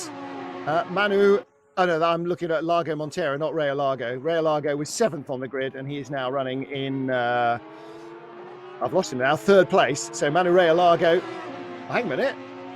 Manu Ray Largo got by Muir, and Strelo is up there in the Bentley as well in 5th position as we watch the 94 car. Maxime Batifoulier trying to pick up another place and in danger of losing one. Batifoulier on the inside though. Malinowski 992 trying to come around the outside. That's not going to work. Is there an Audi space? Not quite, but he's got a run on the 97 car, gets by Giglioli. So Batifoulier now up to 9th place as I speak. But there are 2 Porsches getting a toe off him. Who's got the brave pills? Looks like it is Malinowski. No, he's getting hung out to dry on the outside. Oh, and again, Giglioli, you just saw him roll off the throttle there. The car suddenly dropped back. Right, you go. You get on with it. You duff up the Audi. I'll just follow for a lap or 2. Yeah, So, again, that was a little bit of sensible pill being there from Gigioli. Realised on a high for nothing, but Malinowski all over the rear. Contact with the wall as well, but he'll get away with that one. This is a fight that's going to go on and on. I can feel it. well, did he actually hit the wall? Because the wall comes out towards us there. Did he actually just bump up on the curb and miss the wall, get pushed away by the curb? Didn't look like it actually slowed him any, so he may just have got away with that one. The Batafoulier, that's one of his 9 lives, and to get where he was, I think he may have used a couple more than that as well. Yeah, really great racing again from these 3. Actually, Martin, we seem to have lost Gigioli. We was right in the heart of this battle, but now he's under pressure from Arnaud Lecomte. That's Maxime Batafoulier's teammate. So Giglioli 11th, under pressure from 12th place. Yeah, it looks like, well, we saw Giglioli as they were coming up to Quarry just roll off the throttle and pull out of that battle and slow right down. And it looks, as you say, as though Arnaud Lecomte is all over the back of him. There is the 97 car. Something is not working the way it should do for Gianfranco. So Giglioli is losing pace and he's lost touch. Our 4th winner, by the way, congratulations to Wave Hopper. And that means that comments again are now open in the Race Department Twitch race chat. So get a comment in and you too will be in with a shout of winning one of our fabulous prizes. I've now lost track of how many. Have we given 5 away now or 6? Anyway, we've given a few away. Lots more. You get a prize, you get a prize, you get a prize, you get a prize. Daniel Savini, the race leader, by 4.5 seconds now from Samir Ibrahimi, who's 4 seconds ahead of Manu Realago. And Steve Strelo is now up to 4th in the number 3 Bentley. But here is the Audi that's on the move, Arnaud Lecomte. Oh, around the outside. Possibly that was never really going to work, was it? And this is the Paolo Muir instance. He was running 3rd. We were confused in the live pictures why he dropped back. And it looks like Till Vordam, who's actually got a 15-second penalty attached to his name, I noticed when you were speaking. So maybe this one doesn't end so well, Martin. Yeah, so Fornam in the yellow and black Porsche on the inside and doesn't give Muir enough room, does he? He's not really spatially aware of where Paolo Muir was. Muir gets walled, comes back on behind Manu Realago. Well found, guys, scrolling back through the coverage to find that one. That's where Manu Realago got a podium and where Steve Strelo in the black Bentley also moved up to 4th place. We're kind of figuring, hang a minute, Steve Strelo in 4th, are we right on that? We are right, and Paolo Muir is in 5th position. Strelo from 14th, that's a 10-place improvement on his grid spot as of now. Back with Karim Matea closing in on his teammates, Gianfranco Giglioli, the 2 turquoise and black, dark blue liveried cars, but Arnaud Lecomte stays just in front of the pair of them. And I think Giglioli's tenure of 12th place may not last long. Reminds me a lot of the Maseratis in the FIA GT Championship with that turquoise and black livery. Oh, what a wonderful car and livery that was as well. Yeah, I can't now even remember the name of the telecoms company that it was. Genuinely can't remember. It's other brands are available, but it was Vitaphone. Oh, of course it was, yeah. So, well, that's like a decade and a half ago now. Please don't say that years because that makes me feel old. Please don't say that. Is it 15 years or more? Anyway, back to the action, Martin. Looking back from Steve Strelo, there's Paolo Muir. So, having predicted that there was a great chance that he might win, having started on row 2 of the grid, he then dropped back to 5th. He then got up to 3rd, Paolo Muir. He was in with a podium shot. Now he's back down to 5th again. So is he my car that I probably shouldn't mention again? I think maybe he might be. But look at this, Martin. P6, Jonathan Boivin in the Lamborghini, having by far and away the best race for the Raging Bulls so far this season. And importantly, if he can finish in the top 10 and ahead of his Lamborghini rivals, that's a guarantee for the Triple F Racing Super Trofeo test drive, which is monumentally important to these Lamborghini drivers. Yeah, I hope he is going to take some clean underwear with him, because just going out with a pro driver in the car for some hot laps in a road car is going to put the willies up him. Then in the racing car is going to put the willies up him. And when they've thoroughly terrified him, then he has to do it himself. It should be the other way round. You should get a chance to find out what a doofus you are after you've driven. Then they can show you this is how you really do it. The other way round, yeah. He's responding well to the pressure here, and that's probably a good thing because he's going to need to. Quarter of the race left, 3/4 gone, slowing down. That's Samir Ibrahimi, is it? Or is that an also ran? I believe that's one of our back markers in a very, very similar livery. Oh, number 16 there. Do that. Don't do that. That's Michael Tauscher. I made that mistake before, didn't I? Because it's that green on the front of the car. Yeah, very similar livery as championship leader Ibrahimi. But just going on to the Bavan thing again in the Lamborghini, he's currently 6th, but just behind Mir and Strelo. So this could potentially be 4th place finish for a car that's best result so far, if memory serves me correct. Strelo runs wide onto the grass. And he loses the place. Steve Strelo gives away the spot to Paolo Muir, and he's got muck all over the tyres. Luckily for him, it is, it might as well be yellow flag here. It is strictly no chance of passing down through the S's. Just look at this. Look at the camera angles. They come into shot 20 feet above the camera on the camera tower, and they go away 30 feet below him. It's just ridiculous, the elevation changes across the top of the mountain. But now the Lamborghini. So Steve Strehler's just made an error, given away a place. He's got to settle himself. Come on. Breathe. But right behind him, Jonathan Poivin is going, I've got you. I'm all over you. I'm going to force another mistake out of you, Sunbeam. I think Poivin is really feeling the love for this track. I don't know how much mileage he's done in the last couple of weeks around the mountain, but boy, whatever he's done is really paying off. With Arnaud Lacombe, and this is chasing Giglioli with Mattea behind us. This was just a little earlier. Yeah, straight lining that runoff area. That didn't used to be there. Giglioli gets across the nose of Lacombe, and that will be an unsafe rejoin. He knew he was going off there. He really should have braked hard and allowed the guys to go through. I think that's earned him a 5-second penalty for his troubles as well for Giglioli. Quick championship update, so I'm sure something dramatic will happen while I'm looking at my screen.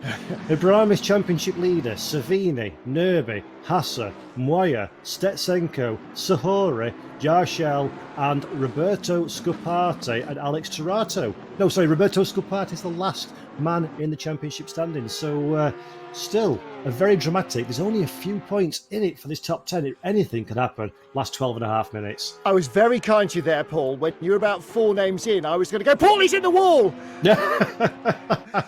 It wouldn't surprise me if it happened. It really I know. Wouldn't. Massey Malinovsky. This is Arnaud Lacombe. He's got ahead, hasn't he, of Malinovsky. So Lacombe is now up to 9th. This is the battle for 9th place. Malinovsky there in the Porsche now down to 10th. That'll adjust itself. It's showing him as 9th, but they haven't got out of the sector, and he's in the wall. Just pushing a little too hard, took a little too much of that right-hand curb.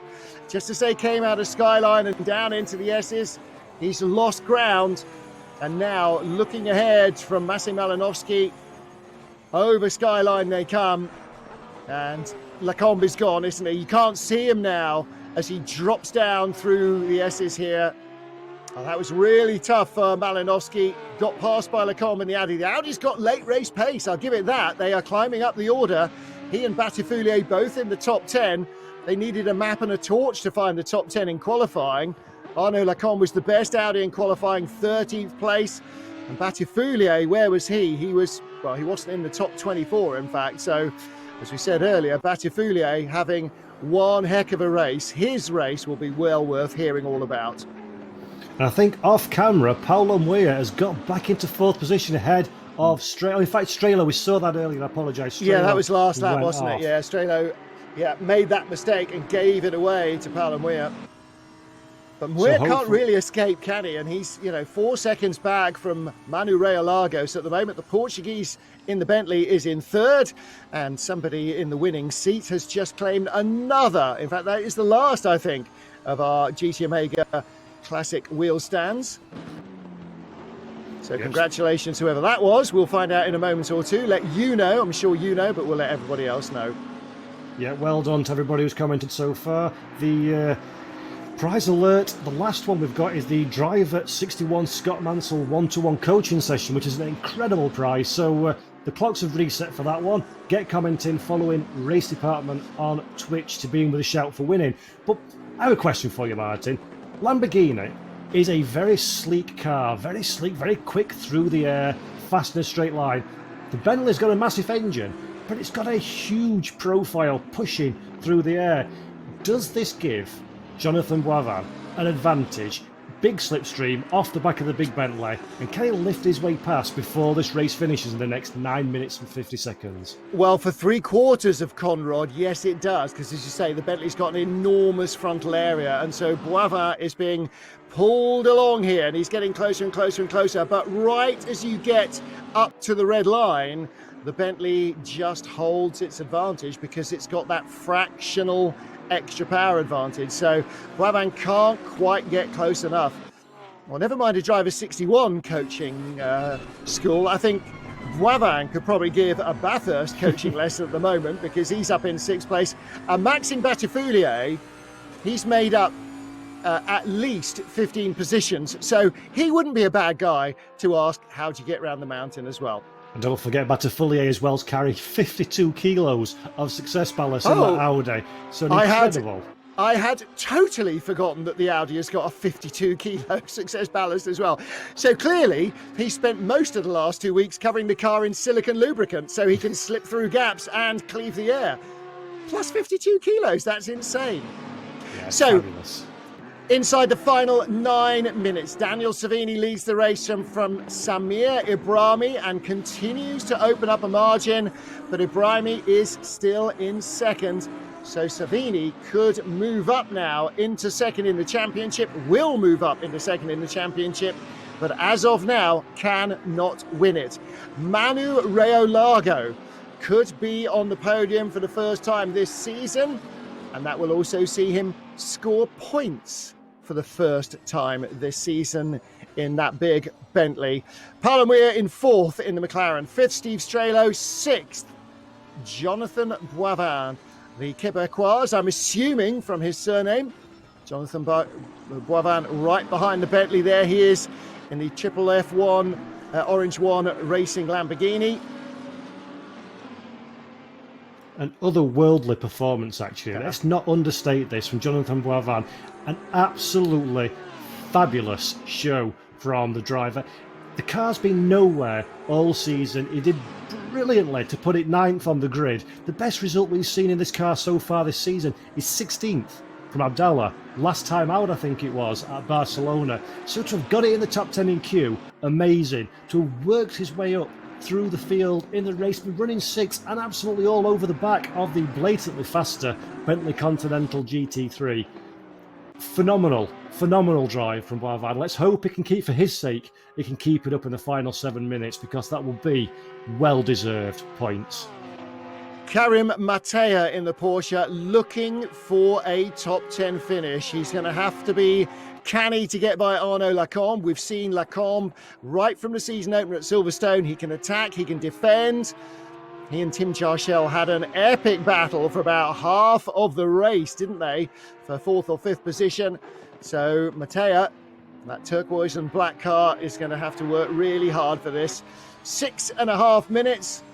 And what are they lapping in? Well, qualifying, it was just under 2 minutes. It'll be about a 2-minute 5 laps. So we're looking at 6 laps from here, 7 laps from here maybe for the leader, because he'll get to the line a little before these guys. Here we go with Matea. He's going to send it the long way around the outside, and Lacombe is going to make him.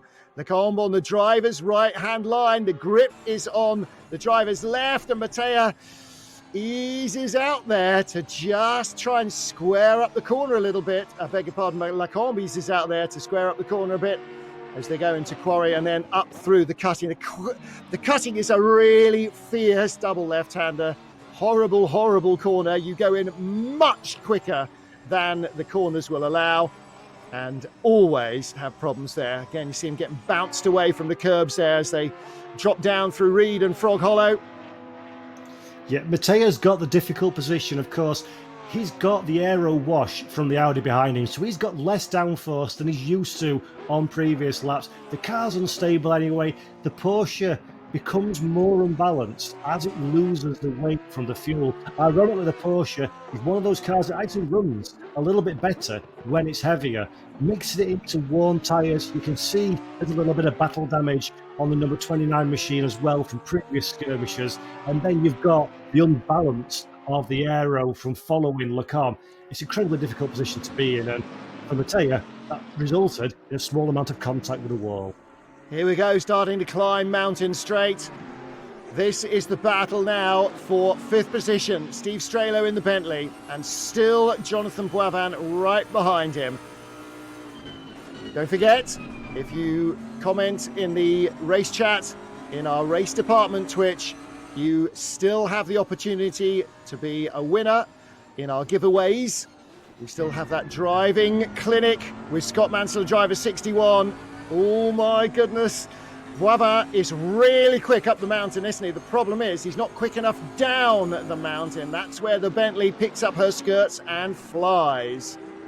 Yeah, that was as close as you like between those two. And sadly, I think that's probably dented Boivin's charge for that 5th position. Now, it's going to be a big ask to make up what would probably be about thick end of a second between those two cars in the last 4 and a bit minutes' time. And the danger for Strelo is, does he see a gap start to visibly relax a little bit as we're riding on board the Lamborghini and the curbstone onboard camera? Does Strelo begin to relax a little bit, and will that open him up to a mistake? Well, if he's not sweating, if his heart isn't pounding in his chest, I don't know what he's on, because he really should be feeling the pressure now. You know, we're very nearly an hour into lapping Bathurst under real pressure, and this is really, really fearsome concentration. To be honest, Martin, I've got a dab on just watching it. It's been quite intense. I'm more emotionally invested in this race than I am in real life Formula One at the moment. It's been a phenomenal, beautiful race so far. Translation there for those who don't come from Sheffield or the north of England. A dab on means he's got a bit of a sweat going. Now then, Daniel Savini, our race leader, 6.1 seconds clear with 3 minutes to go. So the car behind him is not the second place car of Samir Ibrahimi. That is the second place car of Samir Ibrahimi, because it's got more green on than Michael Tausch's car that I keep mistaking it for every time we see it going slowly. So Samir Ibrahimi in second place. He is 2 laps away. Yeah, he is 2 laps away, isn't he? Because we're going to get another one after this. Yellow flag's out in the cutting. Oh, and that was the back marker. So that is not one of our front runners, but facing the wrong way. And that's why it's super important for these guys to have their wits about them, not be looking down at their dash readout, not checking their mirrors, but to be watching for flags here on the mountain, because there are no second chances. Palomir in 4th place in the McLaren. How far away is 3rd? Well, Manu Ray-Alago has left him, hasn't he? 3.6 seconds back.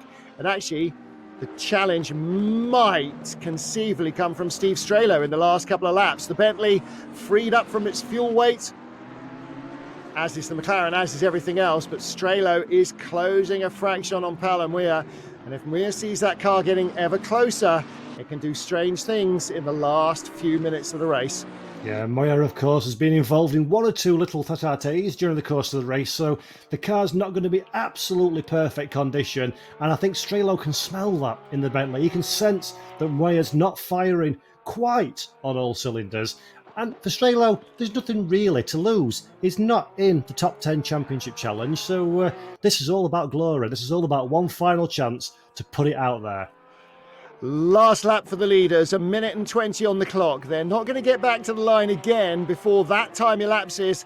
It'll be 3 minutes before Daniel Savini is coming down to Murray's for the final time as he starts the long climb up Mountain Straight. It looks like it's quick in a car. It is a long uphill hike. This place is like Spa. The uphills are uphill. What are you seeing here? This is Till Fornam. Behind Gianfranco Giglioli. Fornam's been in and out of the pits, hasn't he, with damage? And is he having a little look here? He is. Late lunge. And Giglioli lets him go. Sensible move from Gianfranco. Yeah, Till Fordham was a driver that was in with a shout of being in the final top 10 standings before his many issues during the course of the race had relegated him to 13th plus a 15-second penalty. So Fordham's race has very quickly gone downhill, but assuming, Martin, we finish in the order that we're in at the moment, it's a fitting way to end the championship. Danny Savini, who for my money has been the out-and-out fastest driver in the championship, taking the race win. And Samir Ibrahimi, who's been the most intelligent and consistent driver, coming home his best result and champion. That's a good way to end this season, I think. I think Samir would have preferred to win, but winning the title in the end, win the battle and not the individual wars. On board with Daniel Savini, and victory is in sight, isn't it, down Conrad for the final time. Look a little further down, by the way, between Savalainen, Fordham and Giglioli, all of whom have got penalties. Patrick Brown, 14th here, 11th in the points coming in. He will be in our top 10. So that's a big result for him as well. But the biggest result of all now will come from Daniel Savini. He won in the Nürburgring in the dark. He wins here at Bathurst. Win number 2 of the season, the only man to win twice in the SRO Esport GT Series AM Championship. But the title goes to a man who has scored in all but one of our 5 races. Samir Ibrahimi takes 2nd place, and that is his best race result. He's had a 4th, 2/3, a DNF or didn't score, and a 2nd place. And Manu Reolago takes 3rd, the Portuguese in the Bentley, his first points of the season. He's on the podium ahead of Panorama, Steve Strelo and Jonathan Boivin. So congratulations to all of our top 6. And let's have a little recap of all of our top 10 as well. We might need to wait for a few more to come across the line. See what happens to Malinowski and Arnaud Lacombe and Patrick Brown, because I think they could all end up in an Arnaud Lacombe. No, he's too far back, isn't he? Only had 9 points coming in here, so I don't think he'll make the top 10 overall at the end of the season. But it was a good result for him anyway, a fighting 10th spot. Yeah, fabulous. Absolutely fabulous end to the season.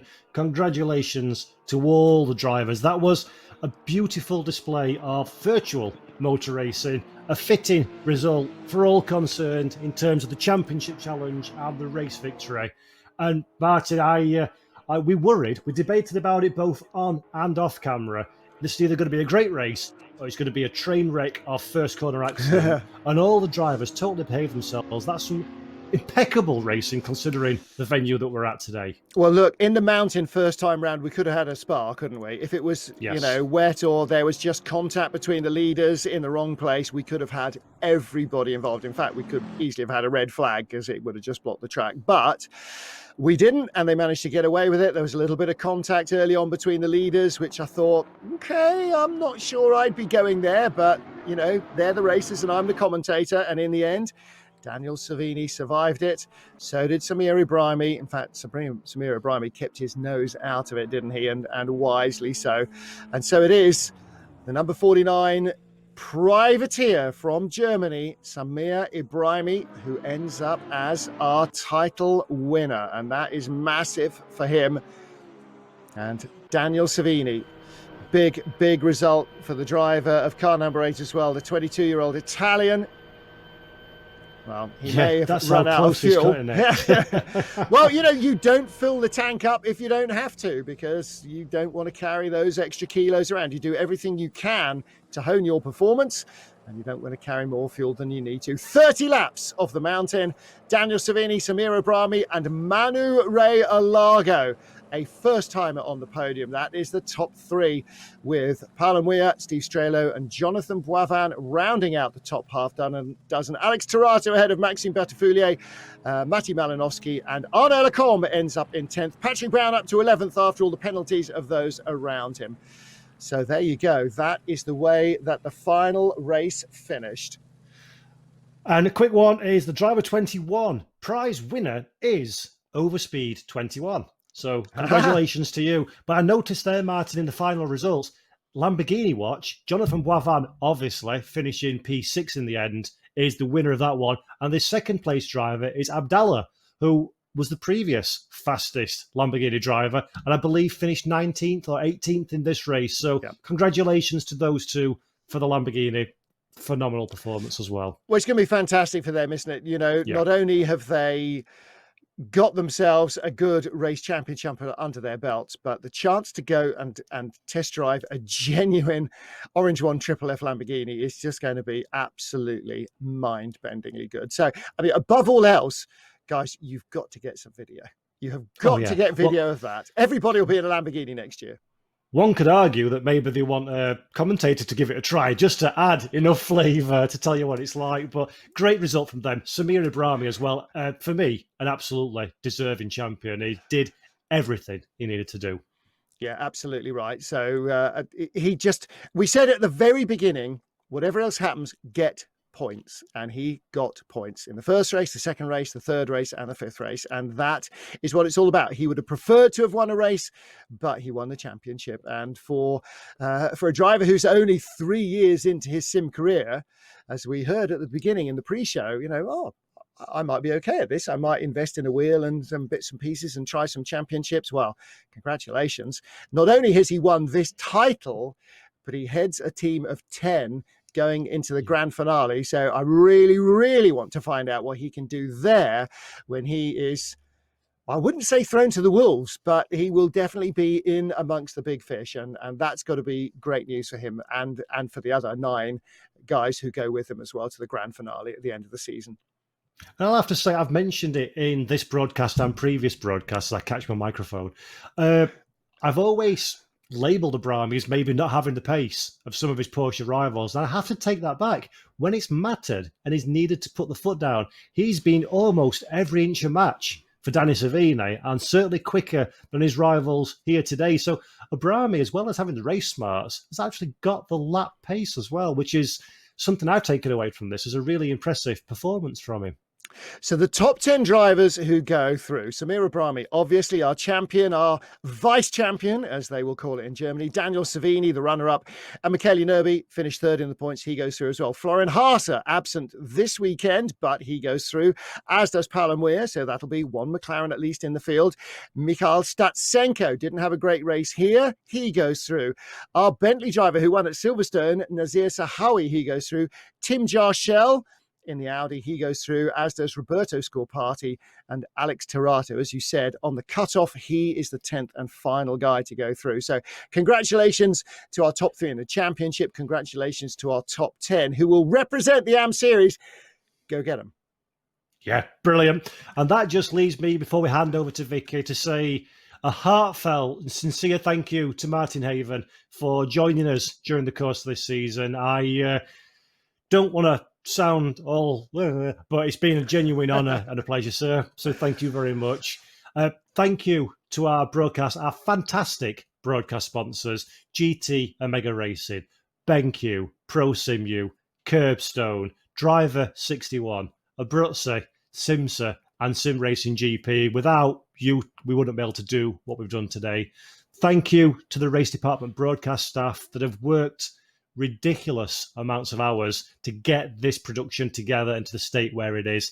Thank you to AK Informatica for putting on the championship for us and looking after the server and the sporting side. Thank you to Kunos for the game, of course.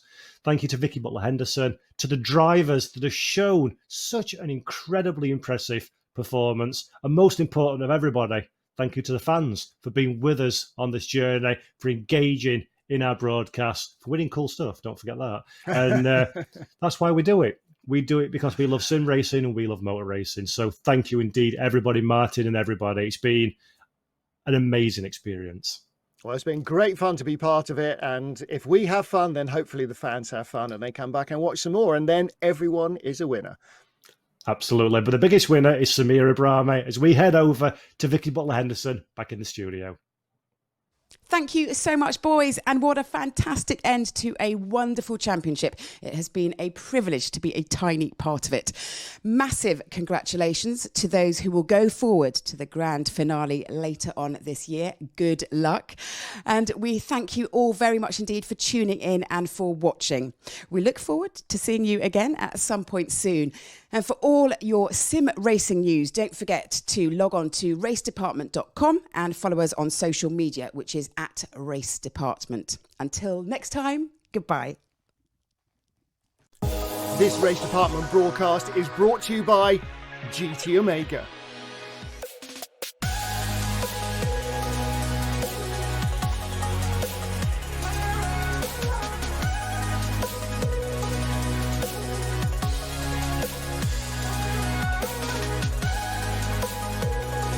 GT Omega, race your way. The BenQ EX3501R, ultra-wide sim racing curved monitor. ProSimu, professional motion simulators. And Curbstone, probably the best track and test day organizer in the world. As well as our other selected partners.